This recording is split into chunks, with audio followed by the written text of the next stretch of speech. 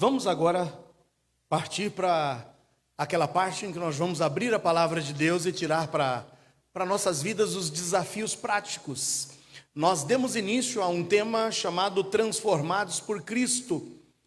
Vamos abordar durante estes domingos pessoas que tiveram encontros pessoais com Jesus, pessoas que, através desse encontro pessoal com Jesus, tiveram suas vidas totalmente transformadas. Então, vamos ver qual é o grande desafio que Deus tem para nossas vidas hoje. Só que antes, eu não posso deixar de fazer uma observação. Me disseram aqui que a Beatriz que está aqui, lá atrás, a Bia, é a Bia, filha do irmão Pedro, é isso mesmo? Meu Deus do céu, olha aí a Bia, gente, como cresceu, não é mesmo?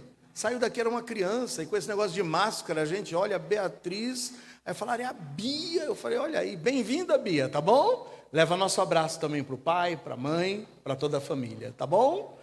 Que joia, transformações, todos nós estamos sujeitos a elas. E nesses tempos de pandemia, como eu disse domingo passado, estamos sendo submetidos a cada dia a essa perspectiva. Algumas transformações forçadas, outras planejadas. Quando eu digo forçadas e planejadas, vou dar para vocês alguns exemplos. Quando dois jovens se enamoram e decidem que vão dividir a vida a dois, e resolvem partir então para o matrimônio, eles estarão sujeitos a partir do matrimônio a transformações da sua vida. A gente vai ver que um pouco da nossa individualidade, ela é deixada de lado. A gente começa a ter que compartilhar a vida a dois. Então, transformações ocorrerão principalmente no nosso bolso, quando a gente vê que agora a gente vai ter que dividir as nossas despesas, compartilhar os nossos gastos. Então, são transformações que a gente não pode fugir delas e dizer, eu não sabia disso, porque na realidade, essas transformações deveriam ser planejadas. Quando, quem sabe, a partir do casamento, resolve-se ter um filho, a mulher não tem como dizer que não vai passar por transformações. Não é, Jaque? Quantos meses já, Jaque? 4 meses. Esse casal maravilhoso aqui, já estão aí com um rebentinho ou uma rebentinha lá dentro, completando 4 meses. E aí eu digo, Jaque, o corpo passa por transformações? Passa, e como passa? E são transformações planejadas, não tem como a gente chegar e dizer, não, eu não sei, não sabia que eu ia engordar. Não é interessante como às vezes pessoas passam uma gestação inteira e dizem que desconheciam que estavam grávidas? Vocês já viram vários casos desses? Depois de 9 meses, de repente nasce a criança, eu nem sabia que estava grávida. O corpo passa por transformações. Mas existem algumas transformações que não são planejadas. E nós fomos submetidos a muitas dessas transformações a partir do mês de março, na pandemia, não é mesmo? A nossa vida mudou, a vida de alguns virou de cabeça para baixo. E a cada dia nós estamos experimentando transformações. As crises trazem para nós transformações. Transformações, por exemplo, para os jovens que estavam estudando e que agora têm que começar a estudar online. Como eu disse a semana passada, como eles estão desejosos agora de voltar para a sala de aula. Nunca se viu tanta vontade de ir para a sala de aula como hoje em dia. Estão cansados de ficar na frente do computador tendo aulas. E eu vi um dia desses uma homenagem que foi feita em uma escola dos alunos para com os professores. E sabe qual foi a homenagem? Foi eles abrirem as câmeras e poderem olhar nos olhos dos professores. Porque os professores estavam dando aulas com todas as câmeras fechadas. Quer dizer, o professor está ali falando, acho que às vezes até para as paredes. Porque o aluno se conecta, mas fecha a sua câmera. E o professor está dando aula sem saber se quem está do outro lado está ou não ouvindo. Mas aí surgiu uma iniciativa de fazer uma homenagem aos professores. E quando os professores abriram a sala de aula e viram todos os alunos, muitos deles se emocionaram. Choraram mesmo. Porque fazia tempo que os professores não viam os rostos dos seus alunos. Muito bem, eu me recordo de quando estudava. Lá atrás, ainda numa época, e eu sempre me acuso quando eu conto esses meus casos, e vocês acabam sabendo que eu não sou tão novinho assim. Mas alguém é daquela época que a gente tinha primário, ginásio e colégio? Alguém se lembra disso? Da primeira à quarta série a gente chamava de primário. Da quinta à oitava era o ginásio. E quando você passava para o que a gente hoje chama do segundo grau, a gente passava para o colégio. E a gente tinha uma lei de compensação. Eu não sei quantos de vocês vão se lembrar dessa lei de compensação. Na minha época, quando eu estava na sétima série, e passei da sétima para a oitava, e foi interessante esse caso, porque minha mãe me tirou da escola que ficava no bairro onde nós vivíamos, para tentar preservar a que eu não me envolvesse com más companhias.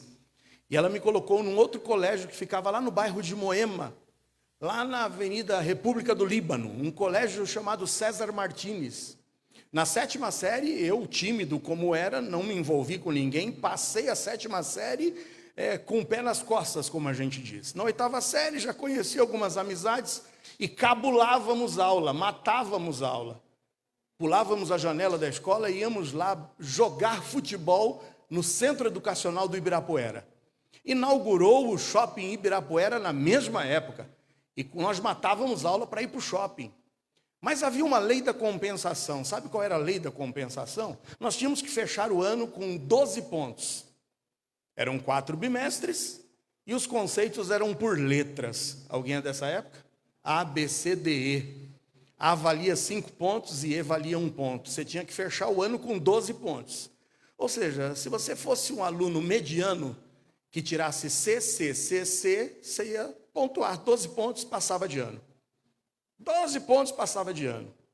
Aí você já começava o ano fazendo essa projeção. Bom, eu preciso de 4 Cs. 4 Cs, é só isso que eu preciso. Só que com más companhias, matando aula, primeiro bimestre, D, E, D, D, C, D, E. Mas a lei da compensação estava valendo? Porque as notas que eu tinha tirado D, 2 pontos, eu falava, eu ainda preciso de 10. Eu tenho 3 bimestres para conseguir 10. Bom, eu tirei um D, se eu tirar um B agora eu recupero. Porque D2 mais B4 dá 6, estou na média. Segundo bimestre, pensando na lei da compensação, aí lá vem as notas do bimestre. C, D, E, C, um Bzinho perdido por ali. Aí eu começava a fazer as contas. Bom, essa matéria eu tenho D e D, 4 pontos. Está faltando 8. Bom, eu preciso agora de 2 Bs. Ou 1 A. Terceiro bimestre, para encurtar a ideia, C, C, D. Sabe o que isso significava? A lei da compensação para mim não valeu. Eu não consegui compensar as notas vermelhas. E sabe o que aconteceu? Por incrível que pareça, seu pastor repetiu a 8ª série. Bombei. Fiquei retido, irmãos. Eu só passei em geografia e educação artística. Alguém se lembra de educação artística? Alguém ser reprovado em educação artística era demais também, né? Irmãos, que tragédia. A lei da compensação para mim não valeu. E tem muita gente que vive a sua vida diante das transformações a que a vida nos impõe, tentando levar a vida na lei da compensação. Agora eu te digo, casais aqui, se o teu marido te ofende logo de manhã, ele fala o que não deveria falar, ele é grosso contigo, ele quem sabe usa uma palavra até ofensiva, aí você marcou isso logo de manhã, fui ofendida, isso machucou o meu coração. Será que a lei da compensação vale? Se ele chegar à noite e só trouxer umas flores para você e falar palavras bonitas para você e te pedir perdão, será que a lei da compensação consegue zerar tudo? Nós temos memória, nós temos um coração. E a dor muitas vezes vai ficar aqui martelando, ainda que você perdoe. Porque perdão, meus amados irmãos, não é uma lavagem cerebral. Nós somos humanos e que carregamos sentimentos e emoções, e que ainda que tenhamos a disposição de perdoar, vai ter sempre um inimigo querendo trazer à tona sempre as coisas ruins, para trazer à nossa memória o que ficou marcado lá atrás, para que a gente possa novamente cair numa situação de desânimo e de tristeza.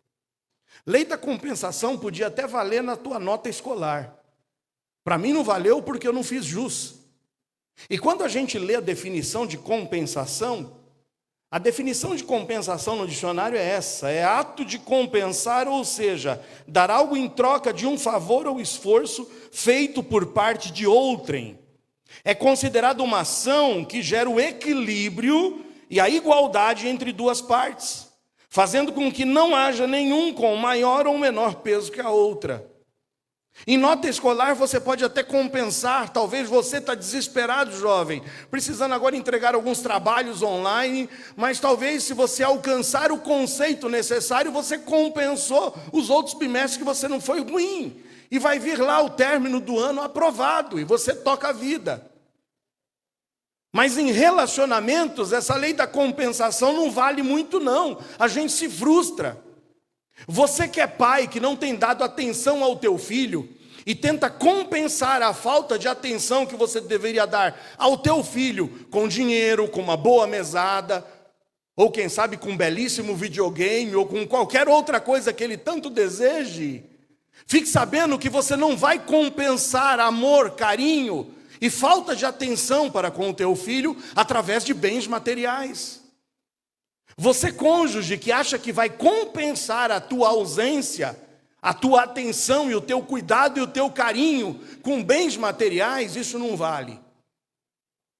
E eu vou mais longe ainda agora.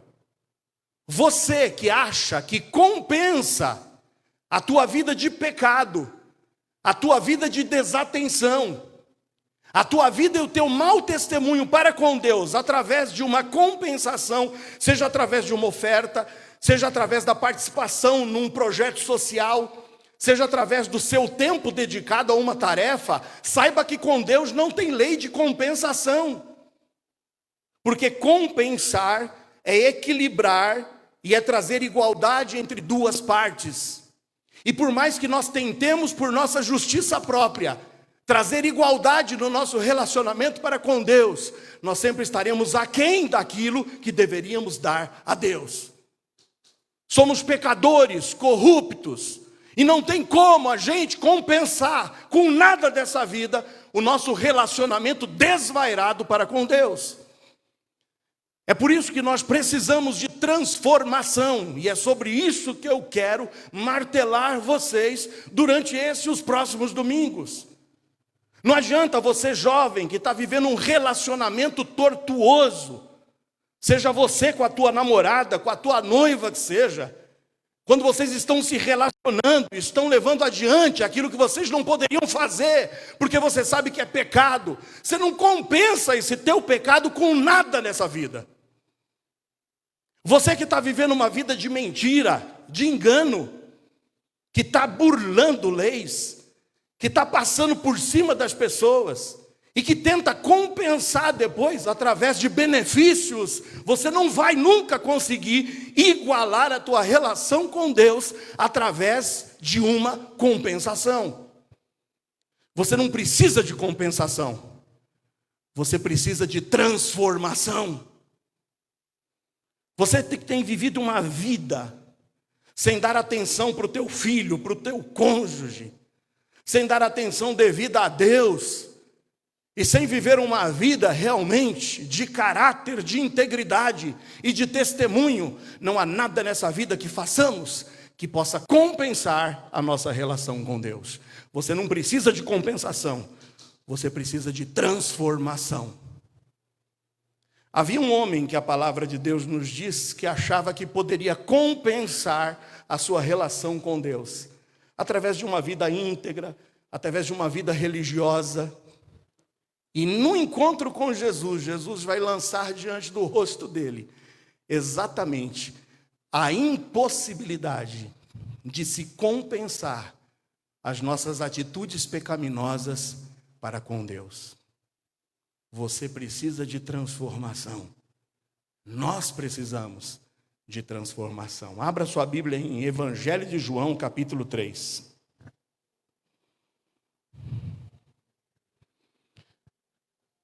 A gente às vezes está levando a nossa vida empurrando com a barriga, na dependência dos vícios, na dependência da mentira, vivendo uma vida tortuosa. E a gente acha que depois só o fato de vir para a igreja, de fazer um trabalho social, de dar uma pomposa oferta, de talvez hoje mesmo ofertar para projetos missionários, a gente vai compensar a nossa vida e a nossa falta de relacionamento íntimo com Deus. Não se compensa. É necessário transformação. Abriu em João 3, diz assim a palavra do Senhor no Evangelho de João, capítulo 3, versículos 1 a 10. E havia entre os fariseus um homem chamado Nicodemos, príncipe dos judeus. Este foi ter de noite com Jesus e disse-lhe: Rabi, bem sabemos que és mestre, vindo de Deus, porque ninguém pode fazer estes sinais que tu fazes, se Deus não for com ele. Jesus respondeu e disse-lhe: na verdade te digo que aquele que não nascer de novo não pode ver o reino de Deus. Disse-lhe Nicodemos: como pode um homem nascer sendo velho? Pode porventura tornar a entrar no ventre de sua mãe e nascer? Jesus respondeu: na verdade te digo que aquele que não nascer da água e do Espírito não pode entrar no reino de Deus. O que é nascido da carne é carne, o que é nascido do Espírito é Espírito. Não te maravilhes de ter dito: necessário vos é nascer de novo. O vento assopra onde quer, e ouves a sua voz, mas não sabes de onde vem nem para onde vai. Assim é todo aquele que é nascido do Espírito. Nicodemos respondeu e disse-lhe: como pode ser isso? E Jesus respondeu e disse-lhe: tu és mestre de Israel e não sabes isto? Nicodemos, quem era Nicodemos? A Bíblia no versículo 1 nos apresenta quem era Nicodemos. Havia entre os fariseus um homem chamado Nicodemos, príncipe dos judeus. Nicodemos pertencia a um grupo religioso que se chamava fariseus. Os fariseus eram um grupo de pessoas zelosas ao estudo das Escrituras. Eles eram extremamente estudiosos da palavra. Eles gastavam tempo estudando esta palavra. Já desde 12 anos de idade, esses meninos iam para um templo, para uma sinagoga, e passavam a ser educados e instruídos nas Escrituras, nas profecias, em todo o conteúdo da palavra de Deus disponível. O apóstolo Paulo se apresenta como um fariseu criado aos pés de Gamaliel, que era um dos rabinos mais importantes da época. Nós observamos e olhamos para o fariseu como uma pessoa zelosa do estudo das Escrituras, uma pessoa cumpridora das Escrituras, mas uma pessoa ensoberbecida por esse seu tamanho conhecimento que tinha das Escrituras. Isso deixava o fariseu orgulhoso, soberbo, em se admirar com o tamanho conhecimento que ele tinha. Os fariseus também, com o determinado decorrer do tempo, passaram a ser hipócritas, porque passaram a ser examinadores da letra crua da lei. Chegavam a dizimar o coentro, a hortelã, como o próprio Senhor Jesus disse, mas menosprezavam os cuidados cotidianos para com a sua família. Porque na lei estava escrito que eles deveriam dar o dízimo, e eles davam o dízimo e diziam: estou quites com a lei, cumprindo com o meu propósito, cumprindo com a minha responsabilidade. Mas menosprezavam as coisas simples do cotidiano. Os fariseus chegavam a olhar com desdém para as pessoas.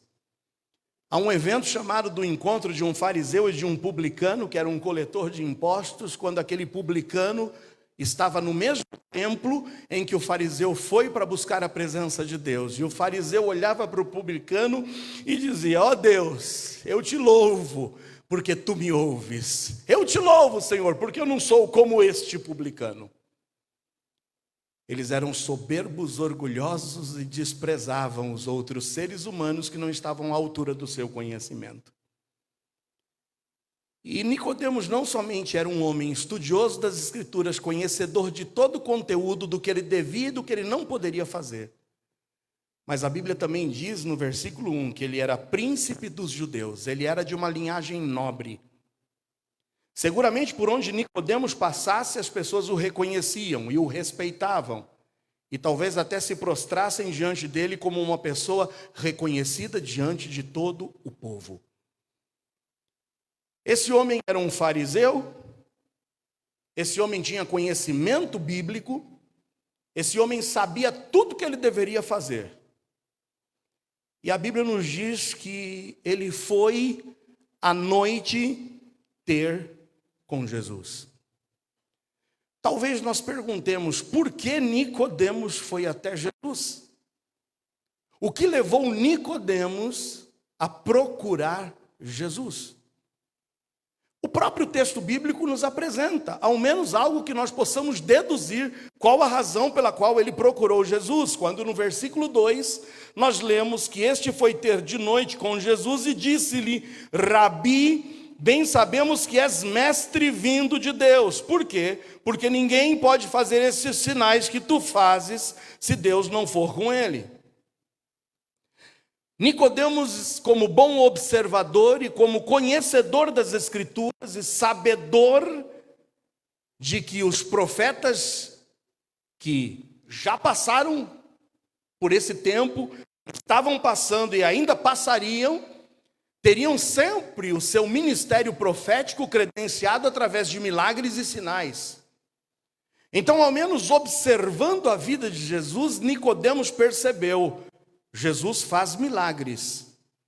Eu vou procurá-lo para, quem sabe, medir o meu conhecimento teológico com ele. Só que a sua procura, nós vemos que não é uma procura normal, uma procura que nós poderíamos dizer que foi movida por simplesmente ter um encontro com Jesus. Foi às escondidas. Ele foi à noite. E nós, juntando esse encontro dele com Jesus e esse encontro à noite, tiramos algumas conclusões. Primeiro, ele reconheceu na palavra que ele disse: bem sabemos que és mestre vindo de Deus. Por quê? Porque ninguém pode fazer esses sinais que tu fazes se Deus não for com ele. Ele reconheceu que Jesus fazia milagres. Ele reconheceu os sinais feitos por Jesus como sinais provenientes de uma pessoa que tivesse intimidade com Deus. Agora eu te digo, será que Jesus tem prazer das pessoas que o buscam e que o procuram, única e tão somente em busca dos seus milagres, dos seus sinais e das suas manifestações? Será que o Senhor tem prazer disso? Sabe o que a palavra de Deus nos diz em João 2, 23 a 25? Volta só um pouquinho desse texto do capítulo 3. Vamos ver qual é o sentimento de Jesus para com Nicodemos, ou para com qualquer tipo de pessoa que se levanta para buscá-lo, único e tão somente interessado nas suas manifestações, nos seus sinais e nos seus milagres. Lá em João 2, 23 a 25 está escrito: estando ele em Jerusalém pela Páscoa, durante a festa, muitos, vendo os sinais que fazia, creram no seu nome. Mas o mesmo Jesus não confiava neles. Por que Jesus não confiava neles? Porque a todos conhecia. E não necessitava de que alguém testificasse do homem, porque ele bem sabia o que havia no homem, no coração do homem. Cristo conhece o nosso interior. Cristo conhece o teu interior. Cristo conhece quais são os atrativos, quais são as tuas intenções ao se aproximar de Jesus. Quem sabe interessado na lei da compensação? Quem sabe interessado em ter algo em troca por uma ação que você tenha feito? Jesus, que conhece o nosso coração e sabe quais são as nossas motivações em buscá-lo, ele não tem prazer de ninguém que o busca, único e tão somente interessado no que ele possa fazer.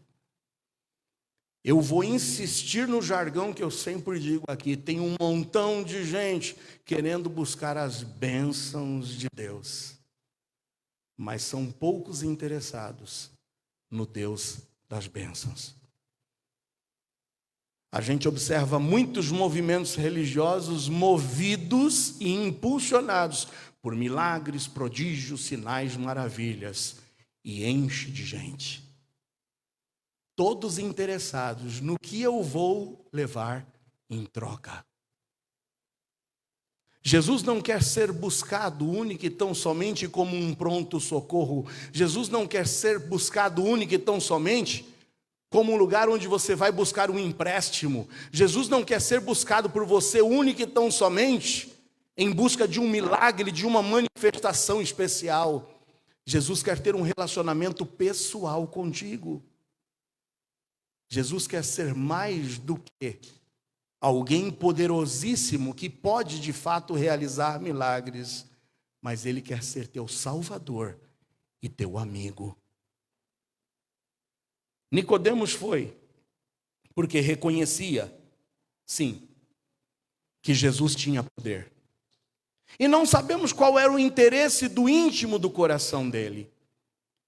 Mas a gente observa que ele vai buscar Jesus reconhecendo o seu poder, reconhecendo que as manifestações que ele fazia eram miraculosas e da parte de Deus. Mas, no entanto, esse homem orgulhoso, fariseu, e que tinha, sim, o conhecimento da palavra e tinha todas as credenciais para tentar buscar em Jesus a lei da compensação, ele, no entanto, vai à noite. Por que ele vai buscar Jesus à noite? Talvez para não ser visto? Talvez para não ser identificado? Talvez porque não queria que nenhum dos seus pares, nenhum dos outros que compunham o grupo dos fariseus o vissem. Ele era príncipe dos judeus, ele era rabi, ele era mestre, e ele não poderia se submeter a ele ser reconhecido por outros como alguém que estava tentando se aproximar de Jesus. E talvez por isso ele vá à noite. Agora eu te digo e te pergunto, será que Jesus tem prazer daqueles que só o buscam quando necessitam de milagres, que só o buscam quando necessitam de favores, que só o buscam quando necessitam de um apoio e de uma ajuda, mas que não estão dispostos a firmar um compromisso com Ele, que não estão dispostos a ter um relacionamento íntimo com Ele? E talvez entre nós aqui estejam muitos que costumam seguir Jesus às escondidas, porque não querem ser identificados, nem podem ser identificados, porque têm vivido uma vida que não é condizente com a vida de alguém que conhece Jesus como seu Salvador. Jesus não tem prazer, e Jesus não quer ninguém se aproximando dele, em primeiro lugar, único e tão somente interessado no que eu posso receber em troca, mas em segundo lugar, sem o interesse e sem, irmãos, a vontade e o desejo de manifestar uma relação íntima e pública com ele. Se você não deseja assumir um compromisso público com Jesus, saiba que isso não agrada a Jesus. E essa era uma prática dos fariseus, que por seu orgulho e por sua soberba não queriam se curvar, se dobrar e a reconhecer que Jesus de fato era o Salvador, o Filho do Deus vivo. O próprio Evangelho de João nos revela isso. Se você puder acompanhar comigo, vá até o capítulo 12, por favor. Evangelho de João 12, 35 a 43.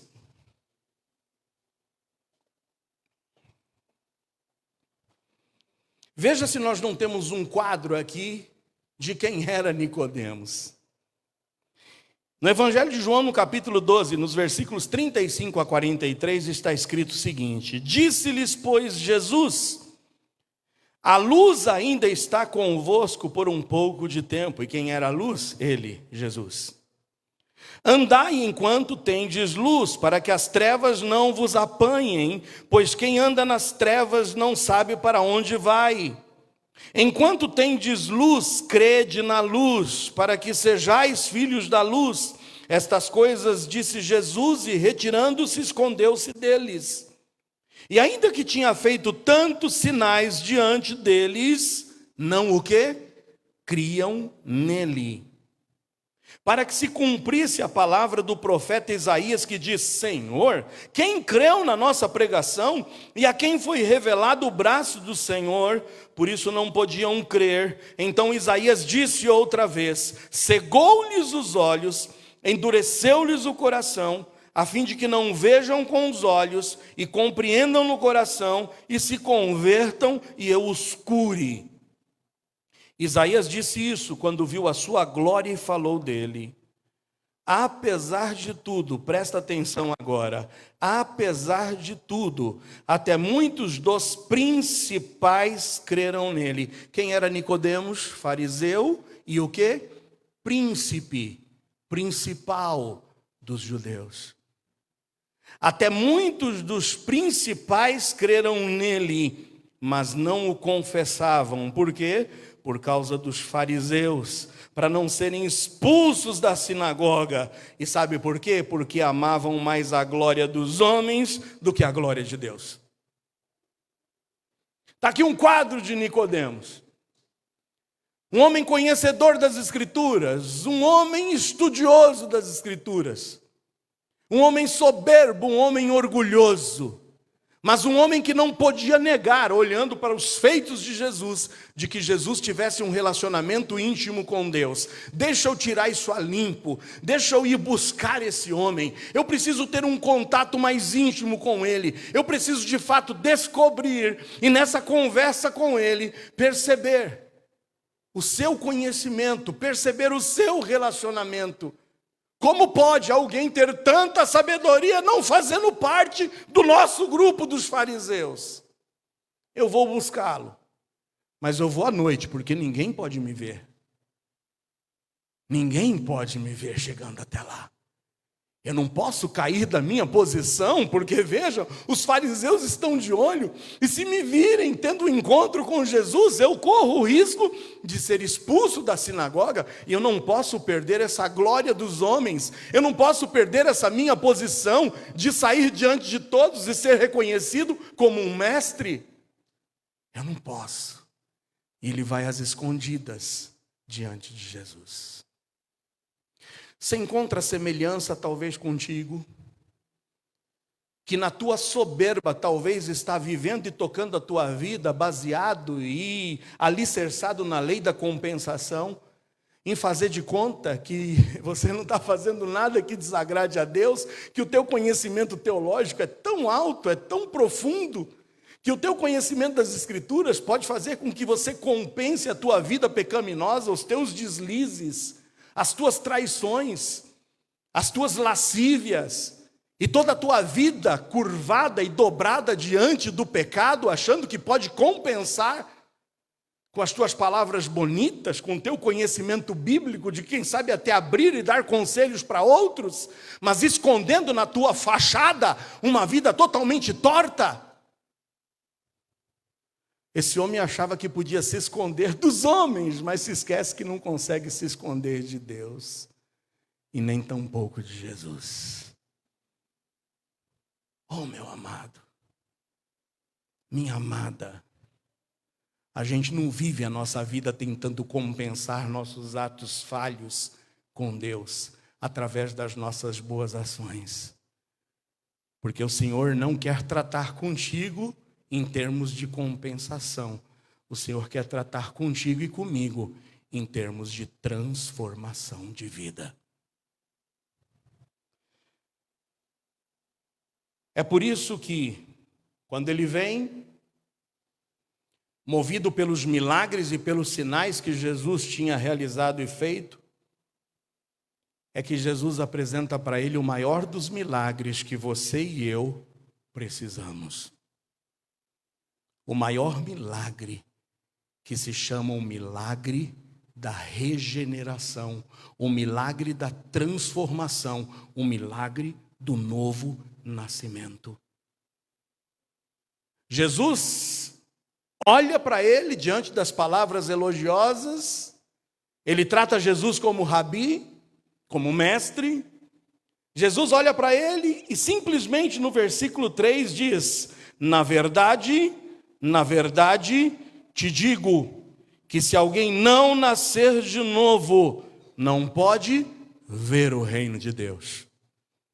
Não me venha com compensação.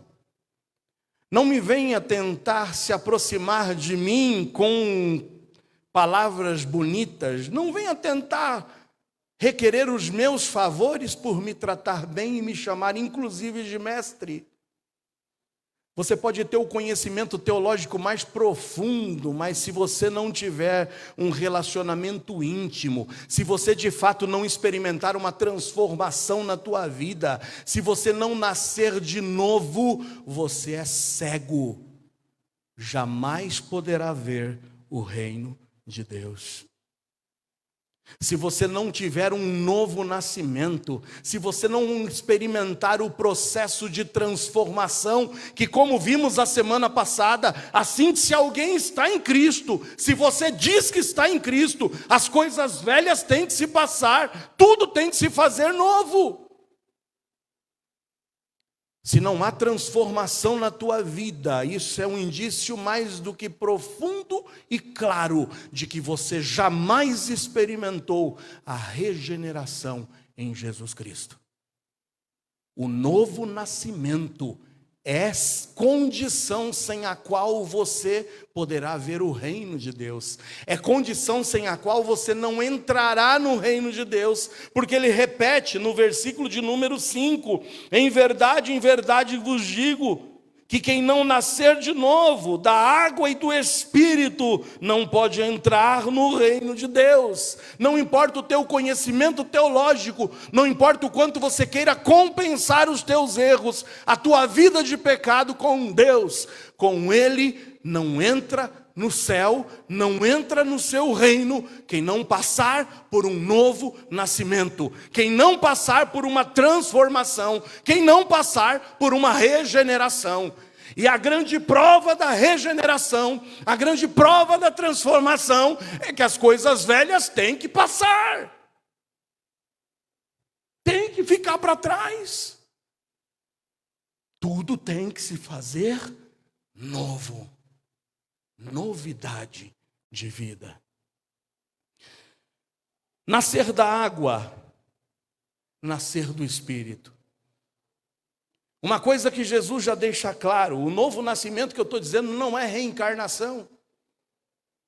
Jesus disse, Nicodemos, o que é nascido da carne é carne. Ser humano reproduz ser humano. A única coisa que nós, como seres humanos, conseguimos reproduzir são outros seres humanos. É a carne gerando carne. Mas vida espiritual é só através de Deus. Nova vida, regeneração, nascer da água, e água na Bíblia tem simbolismo de purificação, água na Bíblia tem simbolismo de perdão, de lavagem, de limpeza, de confissão de pecados, de regeneração. Olha o que a Bíblia diz em Ezequiel, capítulo de número 36, eu vou ler para vocês, Ezequiel 36, 25 a 27.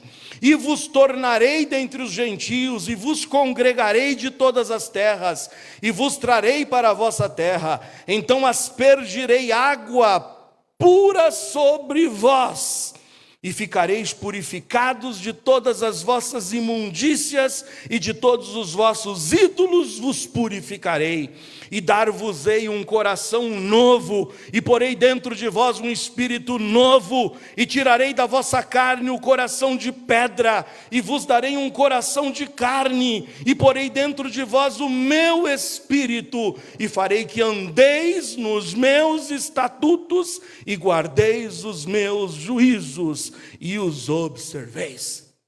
Nascer da água é ter a sua vida purificada, é confessar os teus pecados, é reconhecer os teus erros, é reconhecer a vida torta, a vida de antiguidade que você tem vivido.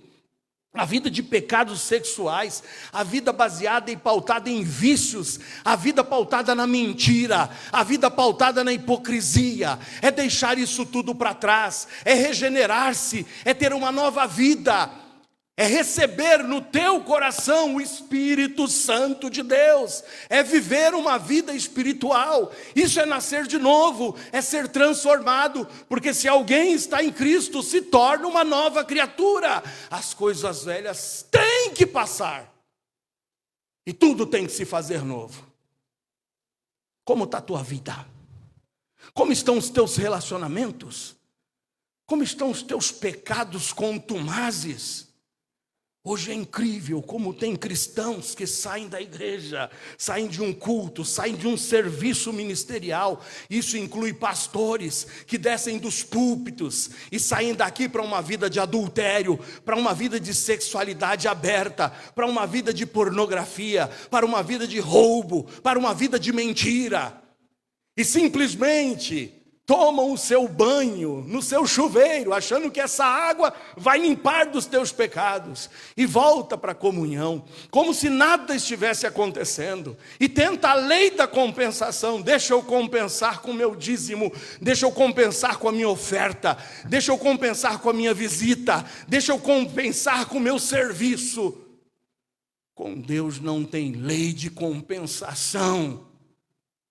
Para entrar no reino de Deus é só com regeneração, é só com transformação. É ser lavado pela água que jorra do trono de Deus. E é receber o dom do Espírito Santo, é o coração novo, é a vida nova. É a transformação, não o conserto. É a transformação, não a compensação. Como está a tua vida? Como está a sua vida? Já nascestes de fato da água e do Espírito? Tens regenerado a tua vida? Tens vivido uma vida dentro dos padrões que o Senhor exige dos seus filhos? Se você tem vivido uma vida de engano, você só está enganando-se a si mesmo, porque a Deus ninguém engana. Em Efésios 5, 25 e 26, as palavras de Paulo são a de que Cristo amou a igreja e a si mesmo se entregou por ela, para santificar, purificando-a e com a lavagem da água pela palavra. Nascer da água, nascer do Espírito. Quantos aqui já nasceram de novo, de fato? Você já foi regenerado pelo Espírito Santo de Deus? Ou insiste em viver uma vida de engano? Fostes de fato regenerado, porque quem não nascer de novo, jamais verá, jamais entrará no reino de Deus, porque com Deus não tem compensação. Com Deus é só com uma vida de transformação. Sabe qual foi o resultado desse encontro de Nicodemos com Jesus? Jesus continua o seu discurso e chega no versículo que a gente resume toda a palavra de Deus nele, no capítulo 3 de João, no versículo 16. Jesus, depois de apresentar para Nicodemos a necessidade do novo nascimento, ele lhe diz como chegar ao novo nascimento. Porque Deus amou o mundo de tal maneira que deu o seu Filho unigênito, para que todo aquele que nele crer não pereça, mas tenha vida eterna. Sabe qual é a grande prova que esse homem foi transformado pela palavra de Deus? Lembra que muitos não o confessavam. No próprio Evangelho de João, está lá escrito no capítulo 12 que nós lemos. Muitos dos principais, muitos dos fariseus não o confessavam publicamente, não queriam perder sua posição. Mas sabe qual é a grande prova de que esse encontro de Nicodemos com Jesus transformou a sua vida por completo? É que nós encontramos no Evangelho de João, no mesmo Evangelho de João, no capítulo 19, o resultado desse encontro na vida de Nicodemos. Abra sua Bíblia e acompanha comigo, Evangelho de João 19, 38 a 40.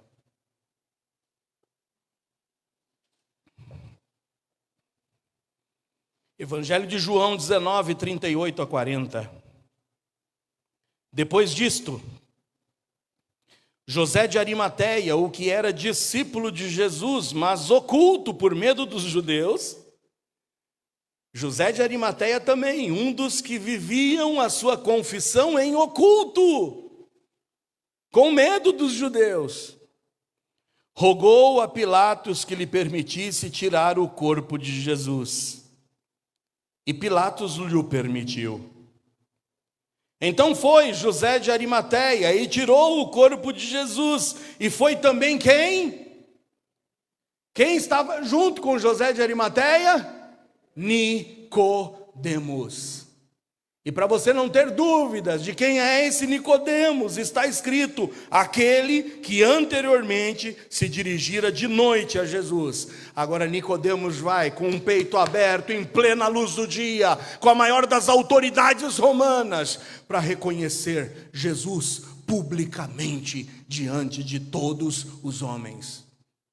Vai Nicodemos junto com ele, levando quase 100 arráteis de um composto de mirra e aloés. Tomaram José de Arimateia e Nicodemos, pois o corpo de Jesus o envolveram em lençóis com as especiarias, como os judeus costumam fazer na preparação para o sepulcro.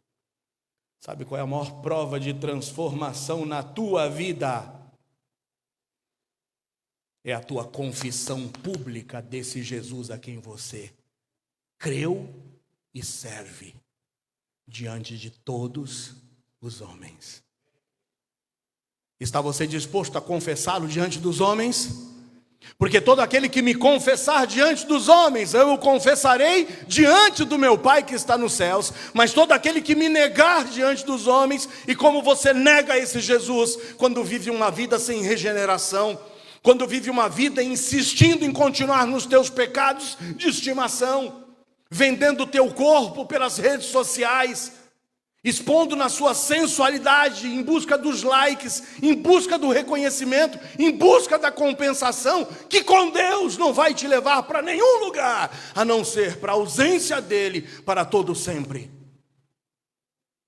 Você vai insistir em viver na tua vida de pecado? Você vai insistir na tua vida de compensação? Ou vai hoje se render à transformação que o Espírito Santo de Deus pode fazer na tua vida? Cuidado, muito cuidado. Jesus não veio para condenar o mundo. Jesus veio para salvar o mundo. Mas, no entanto, quando o rejeitamos, nós mesmos nos entregamos à condenação. Ele veio para que você tenha vida e a tenha em abundância. Se alguém está em Cristo, nova criatura é. Nova criatura é. As coisas velhas se passam, a mentira passa, o engano tem que passar. A dependência dos vícios tem que ficar para trás. A pornografia tem que ficar para trás. A sexualidade vivenciada e vivida na sua normalidade entre pessoas que não são casadas tem que ficar para trás. Isso é prova de que você passou por uma transformação. Fecha seus olhos.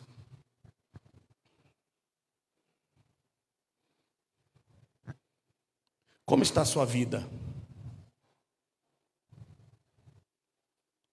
Você tem confessado o Senhor diante dos homens? Ou você tem vivido uma vida de Nicodemos buscando a Jesus de noite?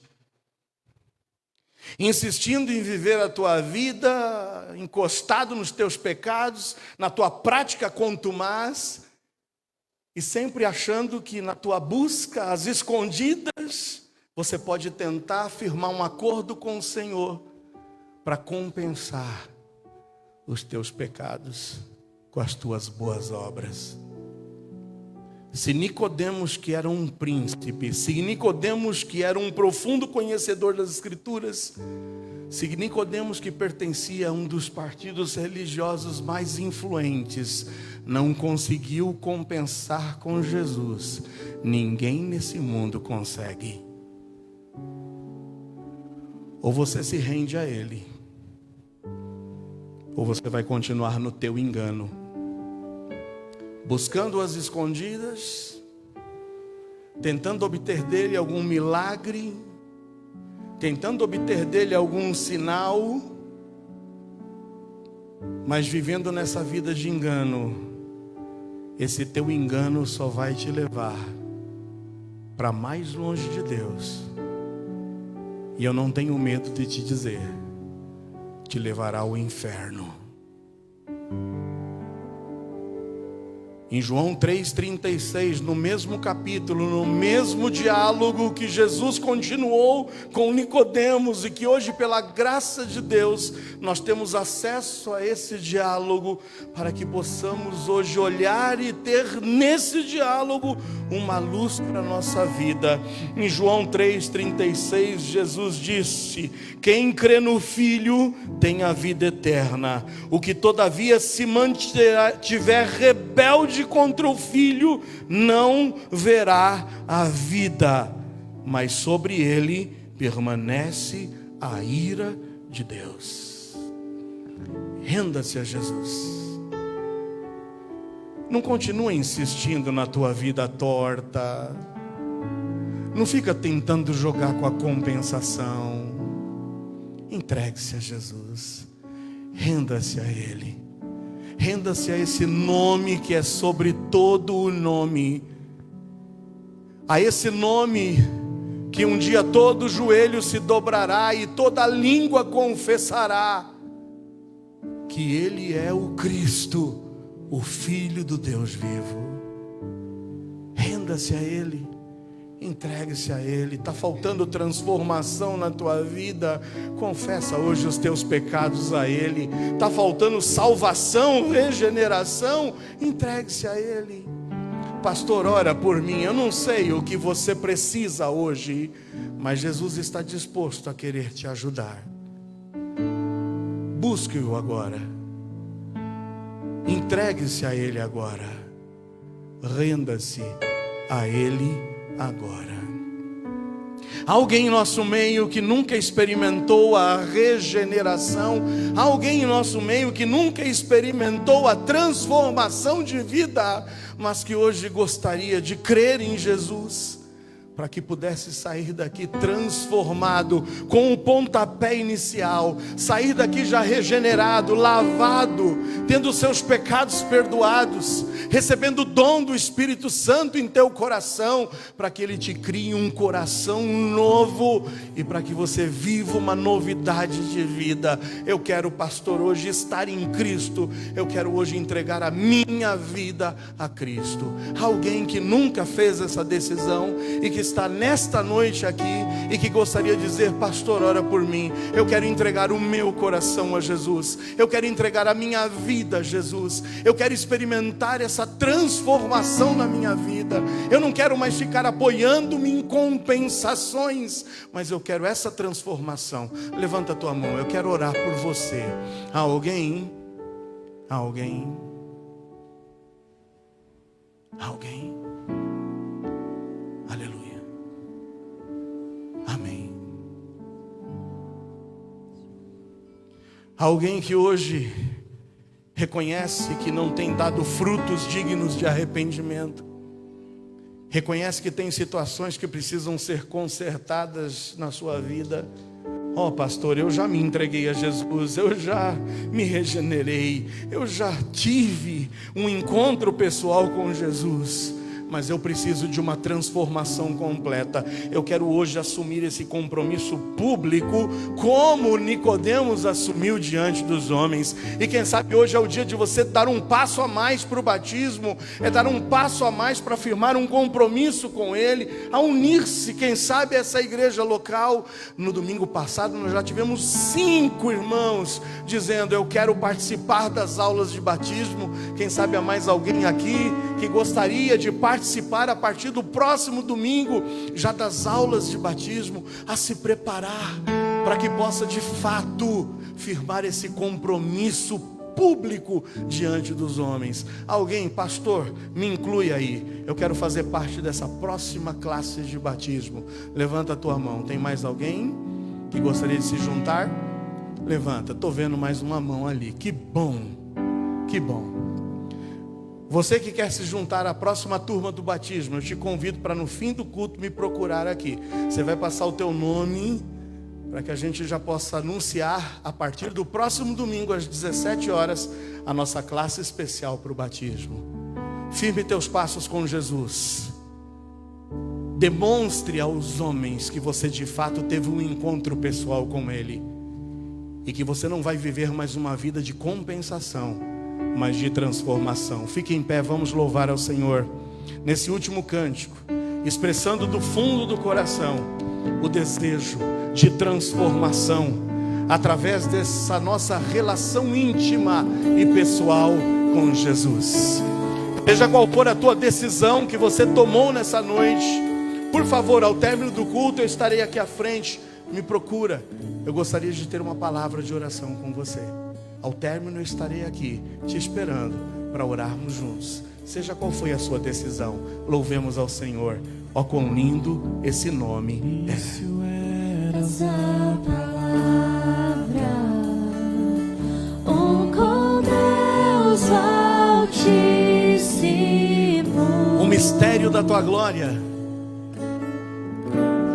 o mistério de tua glória, Cristo em ti se revelou. do fundo do coração, Ó, quão lindo esse nome é, ó, quão lindo esse nome é. nome sobre todo nome. De Jesus. Ao nome de Jesus se dobrará todo o joelho dos que estão no céu, na terra e debaixo da terra. Honre a esse nome. Viva uma vida que dignifique a esse nome. Viva uma vida de transformação, não uma vida de compensação.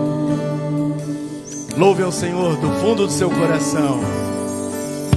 É para isso que Ele veio. Deixou o céu para buscar-nos, veio para nos resgatar. Oh, não há amor maior, Amor maior que o meu pecado, nada vai nos separar. oh, quão Maravilhoso é, ó, quão maravilhoso é o nome de Jesus, meu Rei.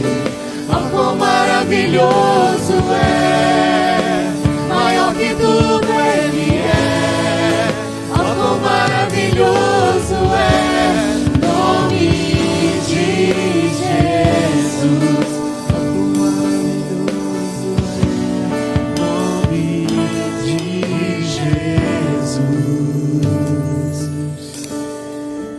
Reflita nessa letra agora, no sacrifício que Ele fez por ti e por mim, na vida que Ele entregou lá na cruz do Calvário, para que você vivesse uma vida em novidade de vida, não vivesse mais atolado nos teus pecados, não vivesse mais uma vida distante dEle, mas uma vida que confesse a Ele através das suas atitudes. Se alguém está em Cristo, é uma nova criatura. As coisas velhas necessariamente têm que passar, tudo tem que se fazer novo. Entrega a Ele hoje os teus pecados, confesse a Ele, se levante disposto a viver uma vida que o dignifique, que honre a esse nome que é sobre todo o nome.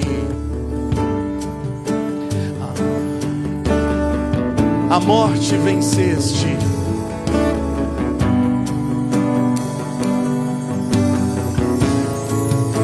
A morte venceste, o véu tu rompeste, a tumba vazia agora está.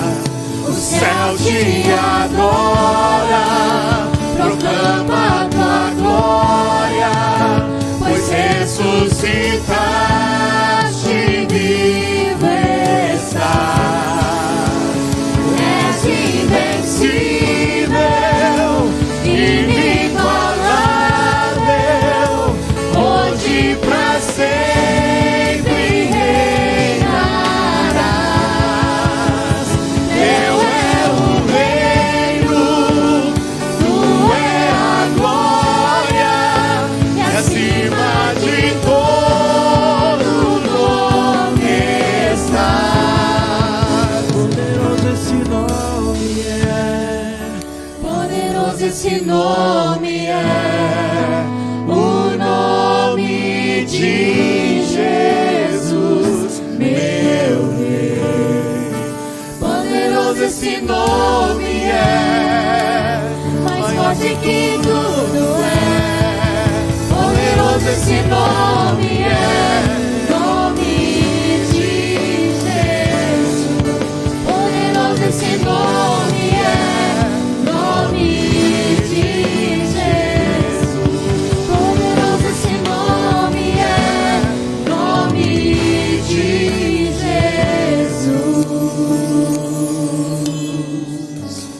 Ó Deus, nós rendemos honras e louvores ao teu santo nome.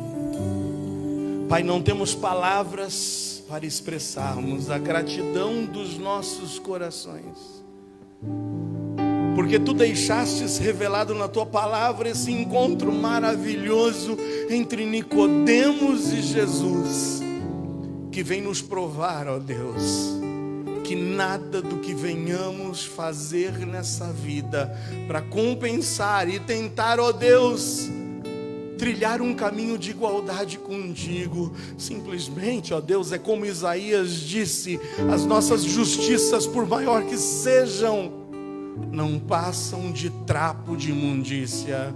Ó Deus, que haja temor no coração do teu povo, que haja temor no coração dos teus filhos, em reconhecer, ó Deus, que não compensamos a nossa vida de pecados com nada nessa vida.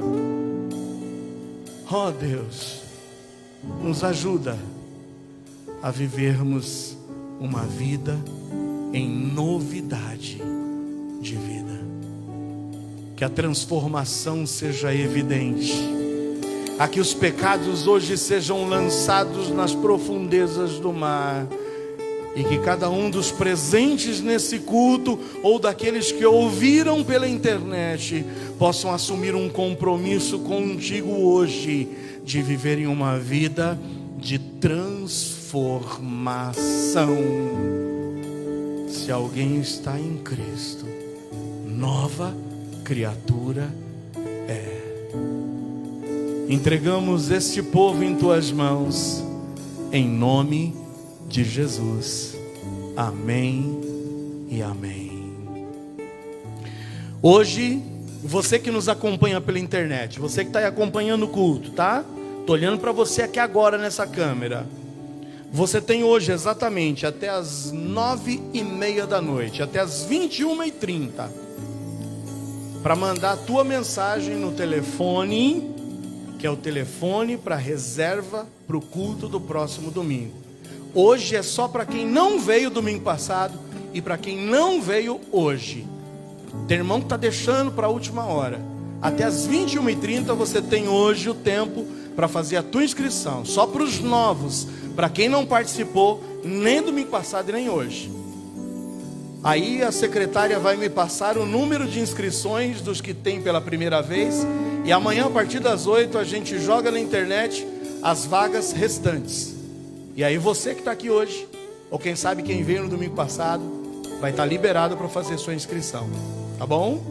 Hoje nós queremos dar essa preferência para você. Você tem aí 1h20, tá bom? Para mandar a mensagenzinha fazendo a tua reserva. Quem foi abençoado essa noite? Diga amém. Quem está disposto a viver uma vida em novidade de vida? Diga amém. Quem está disposto a sair daqui transformado realmente, abandonando os pecados, abandonando as práticas que não agradam a Deus e vivendo uma vida de vitórias em nome de Jesus? Amém ou não? Vamos ser tentados, vamos ser abalados, mas a gente precisa ter certeza da decisão que a gente fez e saber que quem não foi lavado pelo sangue do Cordeiro e quem não é portador do Espírito Santo de Deus aqui, jamais verá a Deus. Não tem compensação, só se entra no céu com transformação. Que Deus te abençoe, que agora a graça do nosso Senhor Jesus, que o amor de Deus, o nosso Pai, e que a comunhão preciosa do teu Santo Espírito, nosso Consolador, contigo esteja, conosco esteja e com todo o povo de Deus espalhado na face da terra. Porque desde a antiguidade não se ouviu, nem com os ouvidos se percebeu, e nem com os olhos se viu um Deus além de ti, que trabalha para aqueles que nele esperam.